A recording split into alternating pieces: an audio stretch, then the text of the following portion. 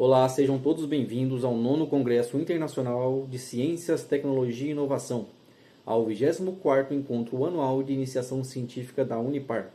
Eu, Luiz Ricardo Alves Ferreira Batista, acadêmico de Direito, em parceria com as acadêmicas Bruna Raquel de Jesus e Tamires Cristina Souza Góes, sob a coordenação do professor Dr. Charles Kendi Sato, apresentaremos a seguir o resumo expandido intitulado Fraude à Execução e sua repressão no ordenamento jurídico brasileiro. Olá, eu sou a Tamires. Eu sou a Bruna. Nós somos alunas do 4º ano de Direito da Unespar e hoje nós vamos falar com vocês sobre a fraude à execução e como ela é tratada no nosso ordenamento jurídico. Bom, a fraude, de uma forma geral, ela é um ato de má-fé que prejudica terceiros. Mas a fraude à execução, ela vai além. Ela compromete a própria efetividade da justiça. Ela é considerada um ato que atenta contra a dignidade da jurisdição, porque impede que as decisões judiciais cheguem ao resultado esperado. E é justamente sobre isso que o nosso trabalho se trata. Então, o objetivo dessa pesquisa foi entender melhor como a fraude à execução se configura, quais são os seus efeitos jurídicos e também como ela se diferencia da fraude contra credores. A ideia principal é mostrar de que forma o ordenamento jurídico brasileiro lida com essas situações e quais são os mecanismos que existem para reprimi-las. Bom, para a metodologia dessa pesquisa, para a gente conseguir chegar nessas respostas, ela foi feita com base na legislação brasileira, especialmente com o uso do Código Penal, o Código Civil e o Código de Processo Civil, além, claro, de usar doutrinas e jurisprudências, incluindo decisões do Tribunal de Justiça do Distrito Federal e também do Jus Brasil. Essa combinação, então, ela ajudou a trazer um estudo tanto teórico quanto prático ao tema, permitindo, então, identificar e comparar a fraude à execução e a fraude contra credores.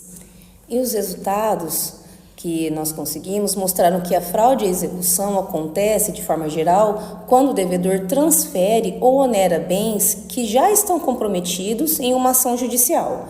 O artigo 792 do CPC lista 5 situações em que isso pode acontecer, por exemplo, quando há registro da penhora ou quando a alienação pode levar o devedor à insolvência.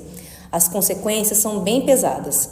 A alienação é ineficaz em relação ao credor, ou seja, a execução pode continuar sobre o bem, mesmo que ele já esteja em nome de outra pessoa. Além disso, o devedor pode ser condenado a pagar multas que chegam a 20% do valor da causa, responder a ato atentatório à dignidade da justiça e até por crime de fraude, previsto no artigo 179 do Código Penal. Bom, pessoal, um ponto essencial é conseguir diferenciar a fraude à execução da fraude contra credores. A fraude à execução está no campo do direito processual. Ela envolve o interesse público e pode ser reconhecida de ofício pelo juiz e não prescreve. Já a fraude contra credores, ela é de direito material e está ligada a interesses privados e precisa de uma ação própria, chamada ação pauliana ou ação revocatória. Além disso, ela só pode ser alegada dentro do prazo de 4 anos. Mesmo com essas diferenças, as duas figuras têm algo em comum. Ambas existem para evitar que o devedor prejudique o credor, protegendo o patrimônio que deve servir para quitar as dívidas. Então, para concluir, pessoal, a fraude à execução é uma ferramenta processual fundamental para garantir a efetividade da jurisdição.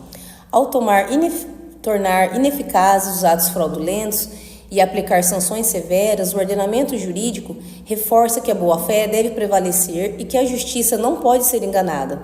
Diferente da fraude contra credores, que se limita aos interesses privados, a fraude à execução também protege a credibilidade do poder judiciário. Então, reprimir esse tipo de fraude significa garantir não só os direitos do credor, mas também a integridade e a autoridade da justiça. Então, nós agradecemos a todos que assistiram a nós até o final. Muito obrigada!